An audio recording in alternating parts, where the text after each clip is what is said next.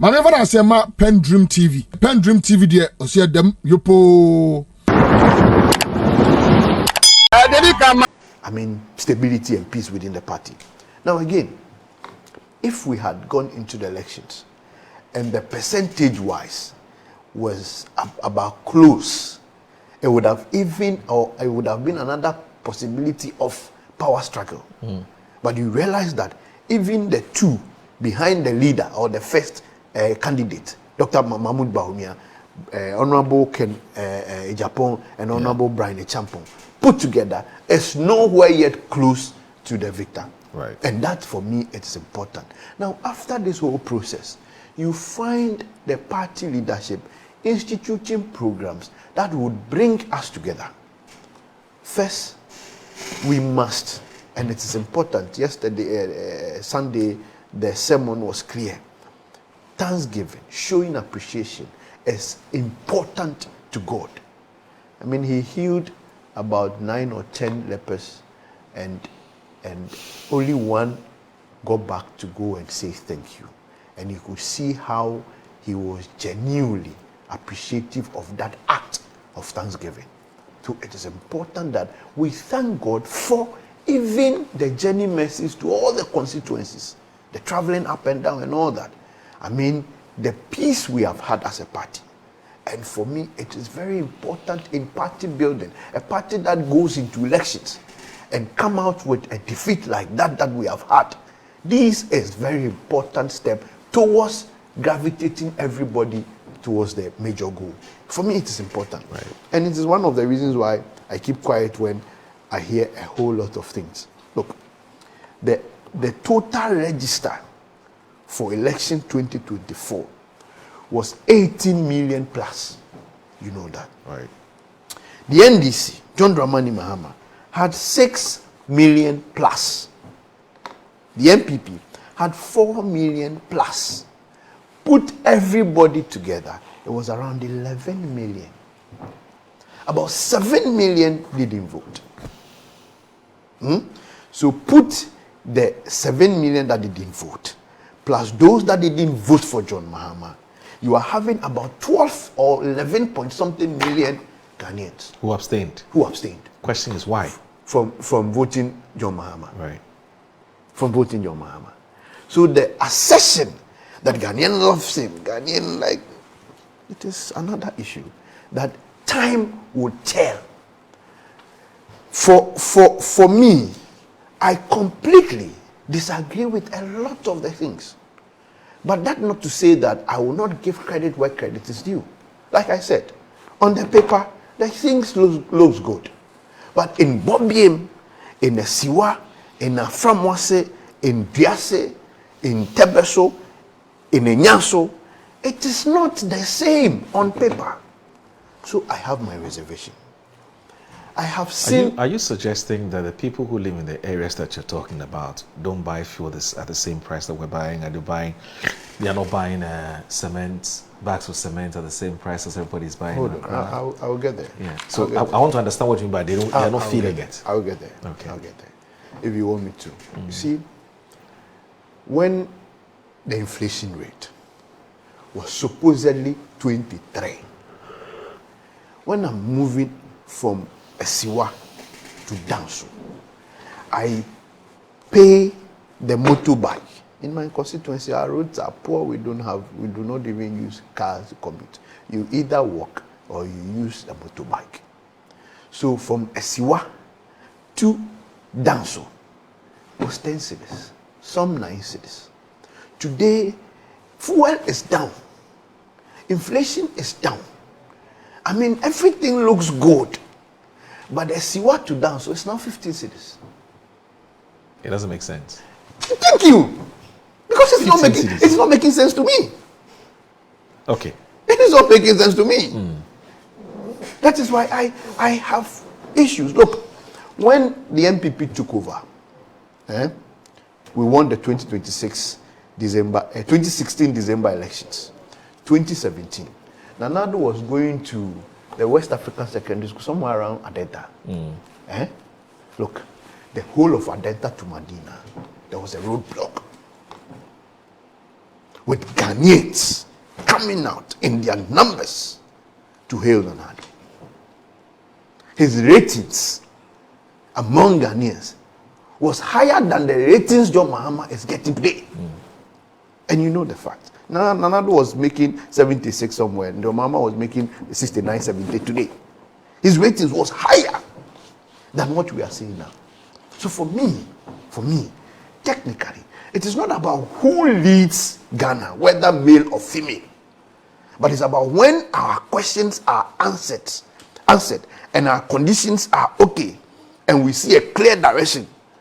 When people felt that the direction the MPP told us they were taking us to, that made us come out to vote for them. They veered off from the direction according to them. They stayed home. They didn't vote. They stayed home. It is not about the defense we put up. Look, we were defending DDP. But after elections, we admit that it was one of the causes of our downfall. Yes. We were defending every single policy or decision by government. Because that is my job. As a member of the party, one of the requirements of you is to defend your party. So we defend the party. Even when you know that the cocoa price is not what you promised the people are not happy, you will defend it because you must defend the party. I was asking one NDC guy in my constituency, oh, you said the price is okay. So I'm giving you an opportunity. I want to buy your cocoa bag. Do you want me to buy your cocoa bag with the NDC price or the MPP price? He said, oh, senior, give me the MPP price. Bottom line. So the things that we say, the things that we do, we must be careful about them because tomorrow we will come back to defend some of them. Okay. So, senior, sincerely speaking, I am not even ready to go into the discussion of who becomes the gender to become the president of this country. No, I know, I get it. I get it. Yes. I get it. As for the MPP, by the grace of God, we have elected our running flag bearer, okay, in whom we believe that he is our best foot forward. The flag bearer had indicated or has indicated Sunday, okay, that the party is beginning an internal restructuring and reorganization. Okay. We are going to our polling station to reorganize the party at the polling station. We are going to our constituency to reorganize our party in our constituency. We are going to the region to do same, and we'll do same in national. Okay. When we're done, he said we are putting out a policy unit, okay, within our party that will be guiding and directing the policy direction of the party and our future government. So for me, what is important is that we rally behind the leader of our party now to go through the reorganization of the party and fix the vehicle that will take us to the battle. Right. Because I believe strongly that when the horses that will take us, the horses and the chariots that will take us to the war are right and ready and strong, victory will come from the Lord. Right. So for me, I am not so much in a hurry for a lot of things. Let us wait, give the NDC the time, let them do their internal elections. Okay. We would see and we would watch from afar. When they are done and they bring whoever they want to bring, we will be waiting for them. It is their job to market whoever they are bringing, and it's our job to market whoever we are bringing. But the decision lies with the Ghanaians who will make the choice. Okay. And just like they have always been making the choice, they will make another choice in 2028. Okay. So, Moro, all right, we have some time. Yep. We have some time. Let's say we have interesting times ahead, eh? Would you want to spend maybe the next 5 minutes or so in bringing us up to speed on what the Vice President has been up to? Absolutely, I would love that. I would love that. But just to say that, I just realized a bit of inconsistencies in what my brother was saying. You know, he speaks about, and I'm not even going to argue with him about the percentages that he uses, but he speaks about a certain percentage abstaining from voting for President John Dramani Mahama, and I thought that was very interesting communication, considering that what it means is that they also abstained from voting for Baumia. Well, obviously. I mean, Right. the 11 but I thought it million- was very interesting the way he kept stressing they didn't vote for Mahama, abstained they vote from for voting Mahama. for John Dramani Mahama. You don't know that. Right, So they right, abstained. right. Can we leave the full stop where it needs to be? They abstained. And I'm not going to contest your facts. I'm not going to contest your figures. I'm just interested in his reason, because he himself says when the people of Ghana realized that the MPP had veered off its mandate, they stayed home. So it's interesting for me that in one breath, people stayed home from voting for your side because they realized that you had backtracked from your own vision. And yet the people that stayed home then stayed home and abstained from voting for His Excellency President John Dramani Mahama. The inconsistencies is just what I'm pointing out. And to say that, and this is me quoting him again, that, as a member of a political party, regardless what the facts are, you will come out and communicate to support, and just to caution that kind of positioning perhaps is the reason why MPP's fortunes dwindled the way that it did. Today's Ghanaian cannot be managed. Today's Ghanaian cannot be told, to feel a certain way, or today's Ghanaian cannot be, you can't impose facts on the Ghanaian. Right. We live through, our circumstances. Like you rightly pointed out, when we go to the fuel pump to buy fuel, it's a lived experience. We know how much we spend. Right. When we live in this country, we know the leadership we are experiencing. It's our lived experience. It doesn't matter how fanciful the managed figures are, where we ourselves put out facts, and we ourselves struggle with the fact that we ourselves are putting. We're like, it doesn't even make sense to me. But somehow we want the Ghanaian to buy it. That era is over. Ghanaians know things for themselves. It's our lived experiences. It's we. So just to caution, I will not even comment on the MPP's elections, but just to caution that let us be truthful with the Ghanaian. Let us admit where there is, need to admit. Let us praise where there's need to praise. Let us criticize where there's a need to criticize. Bottom line, let us be truthful. I wish that base of our politicking will be covered, where the MPP is truthful, where the NDC is truthful, so the conversation gets elevated. So when we sit and we have conversations and we have debates, it's about superior solutions, right? We think we should do it this way. No, let's do it this other way. This is been proven. This is better. Then we are elevating the politics of our country. Let's not debase our politics and disrespect the Ghanaian with communication that is not factual, with managing, facts, managing figures. That is why we are where we are.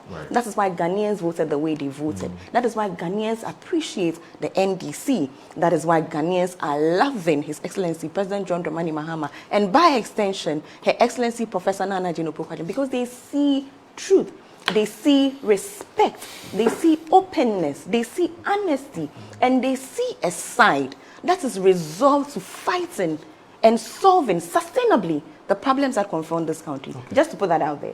And come straight to how Her Excellency has been faring, these past. I'll start with Valentine's Day, right? And say that, if you follow Her Excellency's activities, and this is even international, everywhere she goes, she shares the Ghanaian chocolate. Everywhere she goes, she always has, a box of chocolate that she's giving to delegates, that she's giving to her, contemporaries. It's something that she does. So on Val's Day, she shared this lovely, very short message on her social media handles that admonished all of us to share the love, right? She says there's no sweeter way to commemorate the day than to share the love, to share the chocolate, but to proudly and intentionally choose the Ghanaian chocolate. I will not even belabor the point, because for me, it's a precursor to a conversation we are about to have about the industry, right? But just to put it out there, that even for something as, as Valentine's Day, Her Excellency finds a way to draw our attention to our habits, the things we consume, how we can beautifully and romantically choose Ghana in our love, in our romance, how we express romance with our partners, even in that process, how we can consciously choose Ghana, and the economic repercussions, thereof. So just to put that one out there. Okay. And to also congratulate Her Excellency that she is now a member, of PAGE, the Presidential Advisory Group on the Economy. The President was very clear that when he is absent, Her Excellency would chair, its activities. It is that body that appreciates where we are, right? This need for a disciplined, trusted, collective approach to solving the economic problems that confronts Ghana. This for me is what this is. If you look at the personalities on page, you can't help but realize the diversity in there. Different people from diverse backgrounds, diverse political leanings, all of them experienced hands, cutting across sectors, cutting across ages, all being put together to sort of be that advisory, can I call them board? Right. Giving independent, time-tested advice for, the sector, the economic sector. These are members of the board. These are the members of the board. Professor Priscilla Trimesi Bafo, you have Kwame Pianim, you have Mr. Ishmael Yamsen, you have Her Excellency herself, you have Dr. Kobna Dufo, Senior himself, I think it's Miss Abnamoa, is the Chief Executive Officer of the Ghana Stock Exchange. You have Toby Akwede the 14th, and you have Professor Patience Asiwe Abo. All right.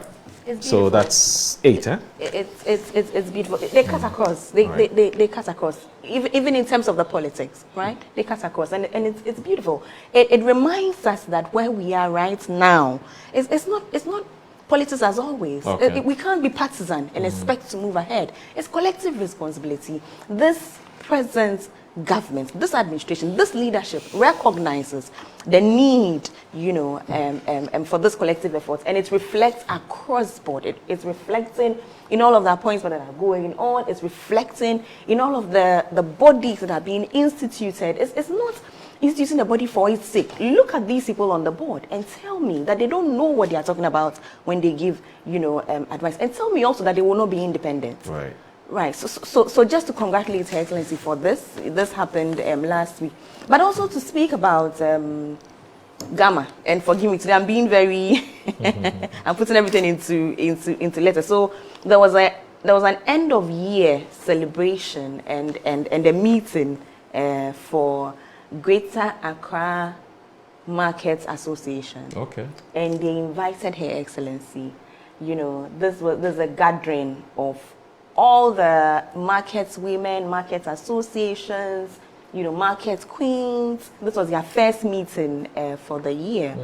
And of course, Her Excellency put everything on hold to go be with her women, right? To go be with her women. It was a lovely time, to listen to their vision for the year, to listen to their requests, and to listen to all the ways in which they know they can help, they can contribute to building this economy, right? And for Her Excellency to assure them of this government's continued support in ensuring that all of their dreams, all of their visions, all of their goodwill comes to full fruition. Her Excellency used this opportunity to speak about the Women's Development Bank and to ensure that stakeholder engagements, active stakeholder engagements were still ongoing. Now, I will say this.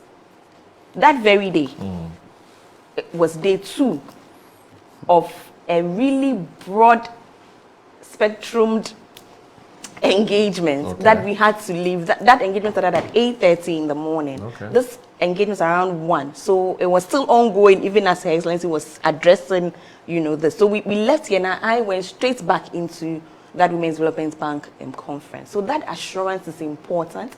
I'm excited that it came from Her Excellency herself to the women that, listen, we see you.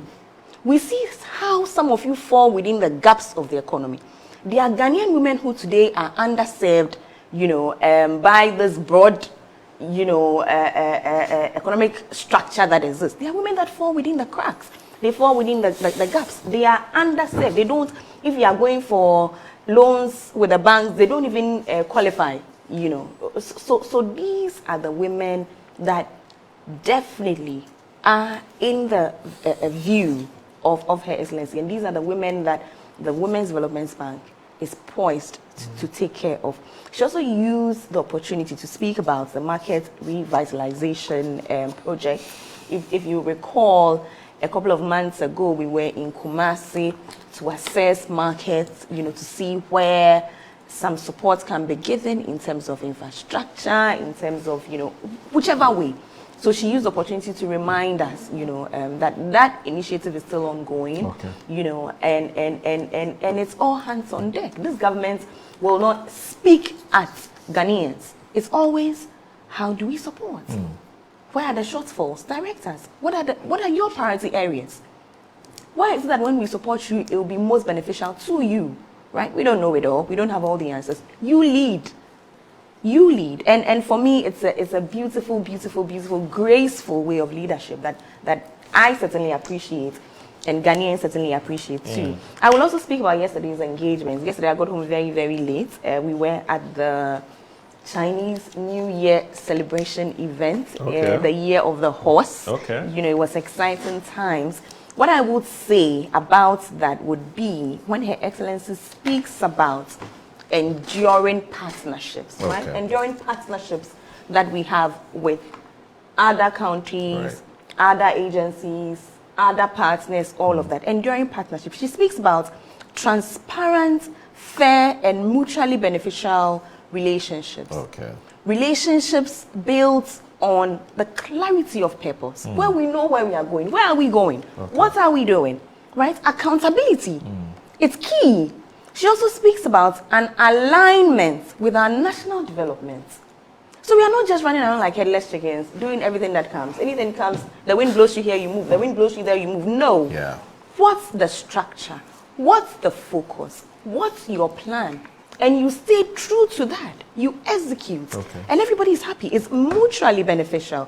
Now, for me, and this will be my takeaway from everything, and not just this engagement, but from every other time I've heard Her Excellency interact with, maybe an ambassador is leaving a farewell, maybe somebody has come from somewhere to meet it. One thing that runs through in all of these engagements is Her Excellency's insistence that development is not just about infrastructure, but development is about people, cultures, right? Mutual respect. Where you can come and speak to us about how many companies or industries your side has established in Ghana. For Her Excellency, then we should also be having conversation around how many companies and industries we have also set up in your country. Then we are moving somewhere, right? So just to say that, and I'm just picking, if you give me all day, I can talk you through maybe 3 more activities, but because of time, let's pause here and see that Her Excellency, as always, has been very, very busy. She keeps busy. Today, she's just as busy. She's going to be busy till Saturday. The goal is the research agenda. The goal is to support His Excellency John Dramani Mahama to deliver, on the research agenda. Ultimately, Ghana would smile. Nana, I want us to move on to... Hold on. My attention has just been drawn to managing facts and managing figures. I didn't know somebody was managing facts or was managing figures. And I don't know which facts and figures that are being managed here today. But you see, like I said, and I've seen that on your timelines, when we left inflation at 23, and you bring inflation to 3 point something, 86, I don't know, not. On paper, it looks good, isn't it? It looks good. But you see, it's all over social media, not just me, about the cost of prepaid electricity. Celebrities complaining. the prepaid that I buy for a month. Now I buy that same prepaid for that month, and it takes me 1 week, 3 days. You telling me I'm managing figures? Or you telling the Ghanaians they are managing the figures? One of the celebrities, I've even forgotten his name, he brought his receipts that 1 month he used to buy less than 2,000 during the times of MPP. Today he is buying times 2, almost 4,000. So where is the figures being managed? Okay. Now, get to Lagos. Get to the students. Ask them, how much was their hostel fees? How much was their school fees when the inflation was 23? And now that the inflation is 3, ask them. And they will tell you, go around town. Yesterday, I had to help a friend pay rent. And the rent that was 18,000 that last year, today had to pay 20,400. Okay. So where are the figures being managed? And where are the figures being massaged? So the Ghanaians you can't manage. Yes. Where's the issue about managing figures coming from? I don't know. No. I don't know. So no, hold on. Let me finish. You've spoken enough. Let me finish. When I'm done, you have your point. You can make that. Now, water bill. There have been about 28% to 30% increase in water bill. So who is managing what figures? And you see, Moro, I keep saying that today, we will defend everything. But after the elections, when your numbers go down, when things happen to your surprise, now you come back reflectively in that mood, sober, to admit to the facts. Okay. That is what is important. All right. All the political parties have won elections before. Won elections before. And that is why I keep getting so worried when my colleagues or my friends at the other side are defending the haircut for the cocoa farmers. Because I came here this morning to do that. Because where I come from, let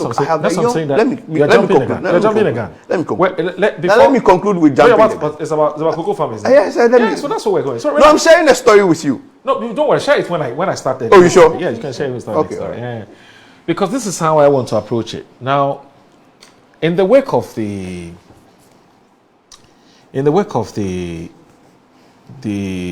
announcement of the cocoa price for farmers recently, when the finance minister addressed the press, there was a lot of public commentary about the fact that, well, depending on where you stand, that the cocoa farmers had been shortchanged, and yet the management of Cocoa Board were living large. As for them, they are enjoying, and yet they're asking farmers to take a haircut, quote and unquote.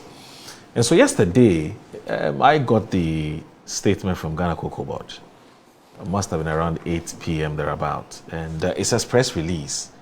Ghana Cocoa Board, date 16th February 2026, and it says to all media houses, Cocoa Board management and senior staff pay cut.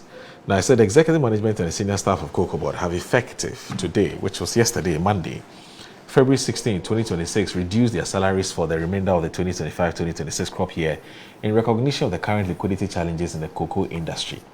The executive management has taken a 20% cut, while the senior staff have taken a 10% reduction in their respective salaries. This decision and other cost-cutting measures in procurement and a staff rationalization exercise are aimed at reducing the overall expenditure of Cocoa Board and aligning costs with revenue. Issued by Chief Executive. And this is what we are being told.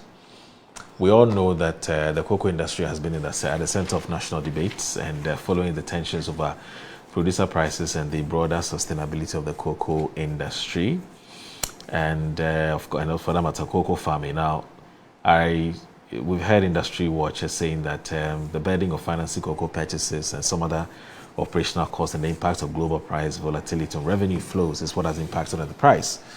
Now, we're told that Cocoa Board's decision to cut salaries at the top is therefore being framed as an internal response to cash pressures affecting the sector, while management is pushing to contain costs through procurement reforms and workforce adjustment.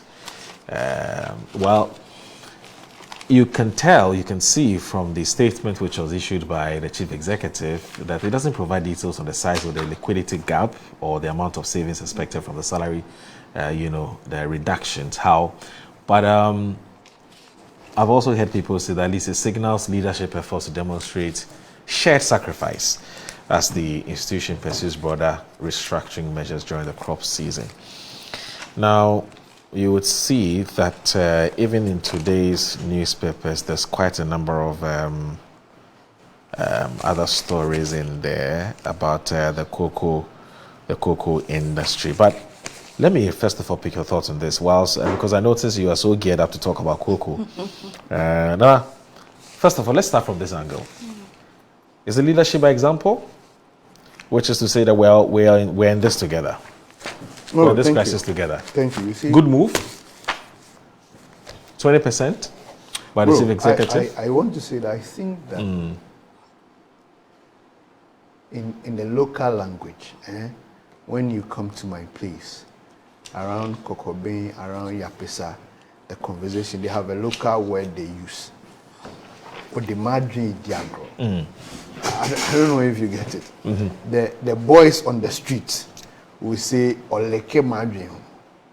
That is what is happening here. To wait is a bad decision. To wait. Okay. It is just a facade, a demonstration that do not have that will not even give us what we are looking for. Okay. In any case, first and foremost, simple question. How many are the senior or the managers, management? Right. How many are they? We don't know. I don't have the figures. Yes. How many are they? How many are the senior staffs? Put them together. That cut they are telling us, how much is it? What will it do? Remember that they are not just doing a 20% for chief executive, 10% for senior staff, but they're also doing staff rationalization. They're going to ask a lot of people to go. Hold on. Before staff rationalization, you have employed so much. Yes, you've done so much employment. This supposed cost that is making you do this were there when you came. Yet you employed so much.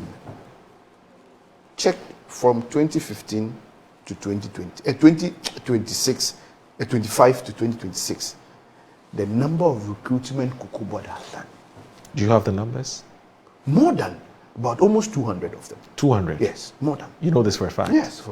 And you can check from the cocoa farmers. I said the Cocoa Board.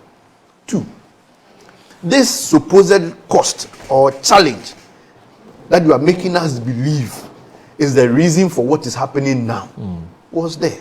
Yet you went ahead to procure vehicles. Okay. Moro, I don't know if you get the point I'm listen making. to you, yeah. This problem didn't come after you procured the vehicles. They came before you procured the vehicles. Now, even check the cut. Right. The amount of money spent in procuring the vehicles are way more than what you intend to get when you cut those costs you are cutting the 20% and the 10%. How do you know that? I know for a fact. Because check the prices of the cars they bought. Okay. And I'm asking you the number of staff and management. They should come and put those figures out. Now, 3. These problems were there. These problems were there. Yet we went ahead to do renovation at the CEO's bungalow. These renovations were there. So I'm just saying that the renovation, this what do you call it? This message of 20% and 10% is just a facade. They are just trying to lick our minds. And for me, it is not the solution.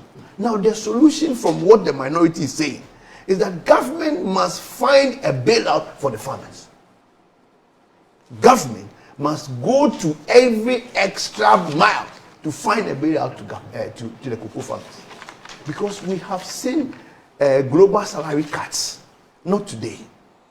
Time between times, Kufuor saw global price reduction, Kufuor saw global price reduction, Mail saw global price reduction. So why is it that global price reduction for the first time will make us go to that point that we are going for about 1,001 Ghana cedis to cut the cost? For the farmer to bear this, what do you call it, this pain. So Muru. Yes, sir. The bottom line is simple. That it is clear that where we are, it's not about the debt or so-called that we came to meet in Cocoa Board, because this is not the first time management of Cocoa Board has come to meet debt.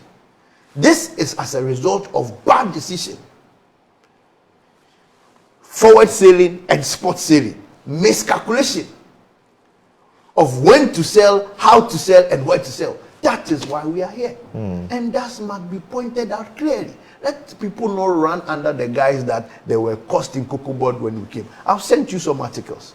When you read them, you will see the cost in Cocoa Board that was inherited by the NPP government. Yet, there was no price cut. Market went down, yet there was no price cut. So, Moro, please, let us be clear in our minds and be objective that this problem we are facing can never be associated with cost or debt that we came to meet in Cocoa Board, but has everything to do with poor decision and management of Cocoa Board. Okay. That's clear. That's clear. So for me, if you ask me... So you don't think this is a good idea? Is that? It's not a good idea, even if it's symbolic. For the It top won't management. solve. What is this solving? What is the intended point solving? Because you called for, maybe not you asking as a person, but you called for management to also make some sacrifices. No, what we call for as To sort of show, to prove to the farmers that they're in this we together. call for two things in our press conference as minority. One, that there must be a bailout for the farmers. Government should look for money and give it to the farmers. Okay. And hold the fort. Because that is how the cocoa market goes. It's the volatility of the cocoa market. That's how it goes. Right. Now, two, we said that the management of Cocoa Board must be sacked, including Randy. We never said that the management must make sacrifice. Okay. We are saying that everything we are facing here has a problem to do with them and their decisions. And that is why the cocoa farmer cannot suffer for somebody's decision. Okay. That is our position, and Right. we demonstrate that through our conversations. And I've sent, like I told you, I sent you articles. When you read, you see the cost that were left by the NDC when MPP took over 2017. Okay. So it's not about debt.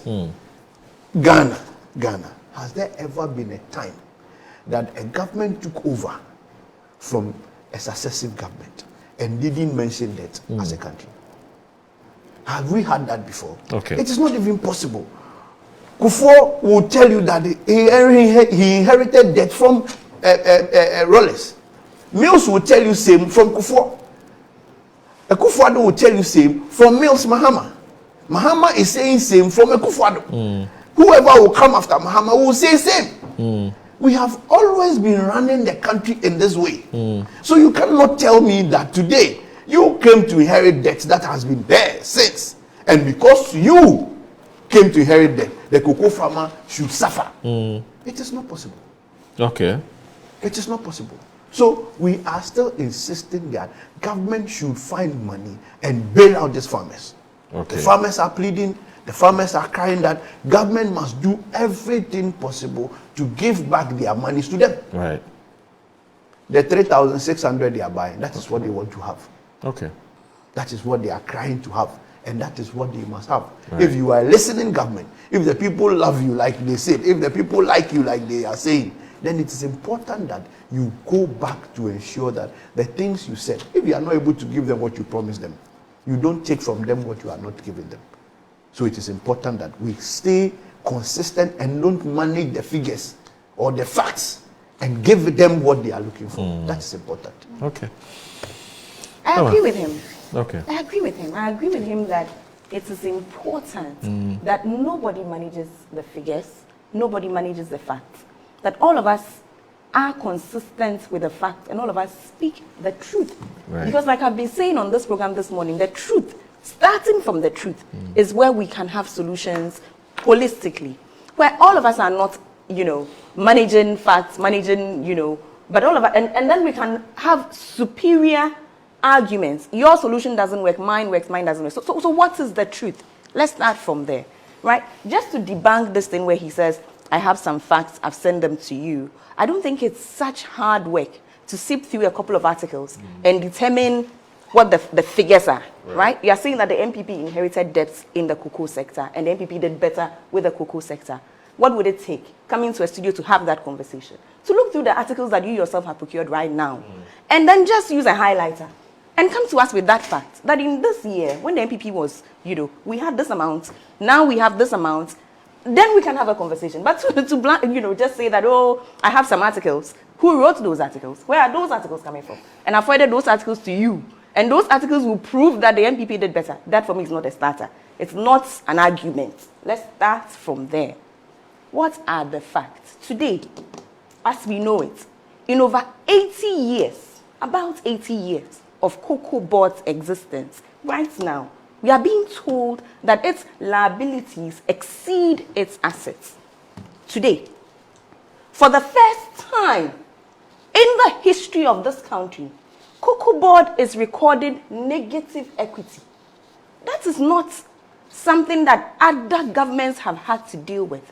This is a very special situation that this current Cocoa Board is having to deal with.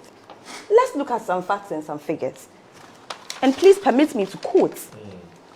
From 2020, these are the losses Cocoa Board has been recording. 199 billion, 395 billion, 78 billion, 400 billion. It goes on and on and on. On and on and on and on. In the last 8 years, it's been one time that gains were made in the sector. And please, check your facts and your figures and let's have that conversation right here now. So, the truth is that Cocoa Board is struggling. And it is struggling peculiarly. It is not your average, every government comes into office and there's debt. That is not what we are talking about today. Again, let's talk some facts and some figures. And I really like to quote because honestly, my math is not that good. And so I came with the facts and the figures. What was government's position in opposition? The position was that at the end of the day, whatever price there is, don't take more than the farmer, right? Which was what was existing. Now, if I understand the Honorable Eriko Poku very well, I think I do, his argument was that for the first time in the history of this country, the MPP government was dealing with cocoa farmers in such a way that government was profiting over 60% over the cocoa farmer, which was his position in opposition, that this is not right. You can't do that. So the NDC's position then, which is the NDC's position today, is that in terms of percentages, give more to the farmer. We will come and we'll do 60%. He says, even President John Dramani Mahama said, no, the 60% is even too low. Let's do 70% for the farmer. Government will take 30%. Do the facts support these percentages? Yes. Today, looking at the rates, right? And you use the exchange rate as well. Looking at the rates, which at the time of determining the first pricing was 10.25, right? As against in their time, 15.5, the figure was 3,228.75, which is in keeping with the 70% pledge that we are going to give you 70%, in favor, whatever the price is, you take 70%, we take 30%. This figure is in direct keeping with that. Now, in September, October, when the exchange rate changed and became 11.50, what did government do? Government reworked the figures in the favor of the farmer. And now we are looking at a figure of 3,625. So, listen, there's a real difficulty here. Exchange rate used to be 15%. At 15%, somebody was able to do 6,000 thereabouts because of the exchange rate. The same figures, unfortunately, because of the exchange rate we have now, when you do the math, you can't come up to that amount. If the exchange rate had stayed at 15%, this government would have been doing better in terms of the final figure than MPP. Because this government is giving you more 70%, right? Now, the truth is that, and this is the only time I'm going to agree about these facts not helping anybody. The truth is that at the end of the day, bottom line, to that farmer, I don't care about percentages, and he's right. I really don't care. Even if you are giving me 100%, and at the end of the day, it looks as if I'm having to pay more or I'm having to buy less, I'm not impressed. I can understand that argument. So basically, all I'm asking is that we come to this conversation with truth. And the truth is that this government is doing more in favor of the farmer than the MPP did. Bottom base facts. Unfortunately for all of us, however, in spite of the government's best intentions, in spite of the fact that beyond intentions, this government is doing more for the farmer, the exchange rate just doesn't favor all of us. It's 10. It favors us in some way, where we speak about, oh, it's been so wonderful. However, in this particular instance, it's looking like it's not favoring us. What do we do? What do we do? So we are where to, what do we do? What is the finance minister saying that we do? Here we are. He says, and this is the new cocoa bill that's going to be introduced. It says we will prohibit the cocoa board from Kwesi, fiscal expenditure, and other non-core expenditure, and we will punish them if they ever do that. What are we talking about? Let's go back into a few months, where we spent over 48 billion procuring jute sacks. Over 48 billion procuring jute sacks. Jute sacks that some are still sitting at the port. The jute sacks that we procured with 48 billion. As we sit here now, those sacks are still at the port. However, we've been operating for a year and more. We don't need them. We have not even taken stock of what exists. Past administration did not even take stock of what existed. Do we need more? We are just procuring. To the tune of 48 billion. This is what we are talking about, right? We were taking cocoa board's money and using it for things that have no correlation, no relationship with the sector. So, we will not do that anymore. It says, Parliament is commissioning the Attorney General to do a forensic audit into all of these expenditure, right, over the last few years. And for me, it's very important. It goes direct to this issue of oral, right? Recovering all loots. Because clearly, some of the math here is not mathing. So we need to do that. And so that commission has been set up, or it's being commissioned. So we look into all past expenditure. Where did the money go? What was the money used for? If we can recover some, put it back into the sector, let's do that. Now, the automatic adjustments conversation, very important conversation, where prices would align with the world exchange prices.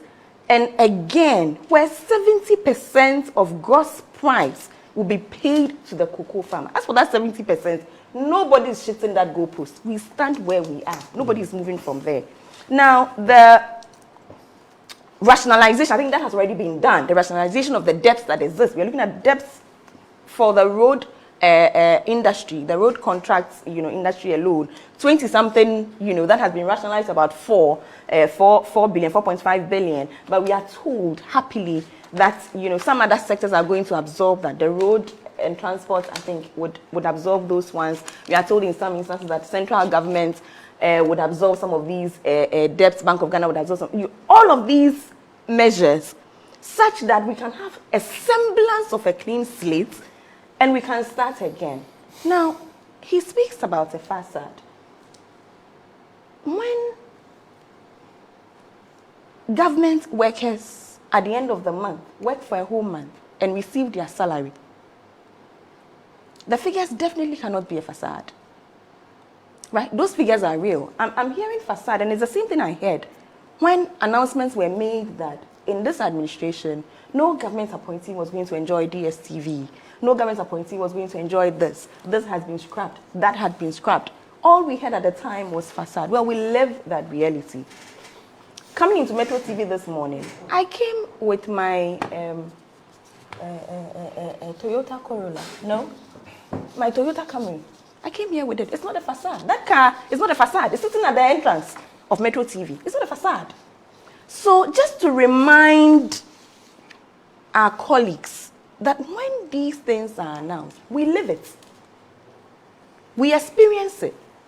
You see, we saw the time when being in government was a luxurious adventure where, you enjoyed this and that and the perks and all of that. We don't live that reality. That is not our reality. So I can understand them when they call it a facade. They can't phantom. It's strange. How can it be that a whole cocoa board will start slashing its salaries by 20% in some instances, 10% in that? It's got to be a facade. It cannot be real. Well, it is. It is real.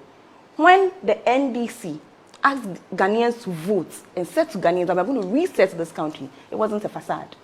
And we are living through that. I want to calmly say that the recommendations are, I don't know what to say. Before you get right, there, he poses two main recommendations. Before you talk about the recommendations, he poses the question about the value of the cuts. He says if it's 20% to the chief executive officer, that's one person. I don't know if Cocoa Board has a deputy chief executive officer. I don't know. I stand to be corrected. But for now, we know that we know there's a chief executive officer. That's Dr. Randy Adjei. Now, 20% of Dr. Randy Adjei's salary, and then you have 10% of other senior staff. Now, Nanaya poses the question that what is the value of that reduction? I mean, how much does Cocoa Board intend to save? And even if you are told even if you tell him what the value is, he doesn't buy that, because that was not part, or that was not included in the list of things that they are asking the government to do to Cocoa Board. And it says, one, they are asking the government to pay cocoa farmers what is due them. Okay? And wherever the money is, government, go and find it and pay cocoa farmers. That's one of their requests. Second one is that the government should relieve of the position held by Dr. Randy Adjei and his staff. Okay, so that's the second. And what's the third one again? You said pay the money to just to have. So they didn't ask for a reduction in salary. So for that's why he's not impressed. Of course so it's not about him how many minutes are we speaking? It's not about him. I'll come back to you. Yes, I'll come back to you. It's not about him not being impressed. It's about him not believing. He says it's a facade. He doesn't even believe that it's possible. So he is impressed. As for impressed, he's very impressed. He's so impressed, he thinks it's unbelievable. It's not possible. That's how much impressed he is. So this is what the letter says. The letter says, executive management. It doesn't say the person of Randy Adjei. It says executive management takes a 20% cut. Okay. It is now left to us to determine, or for Cocoa Board to tell us, who falls under this executive branch, bracket.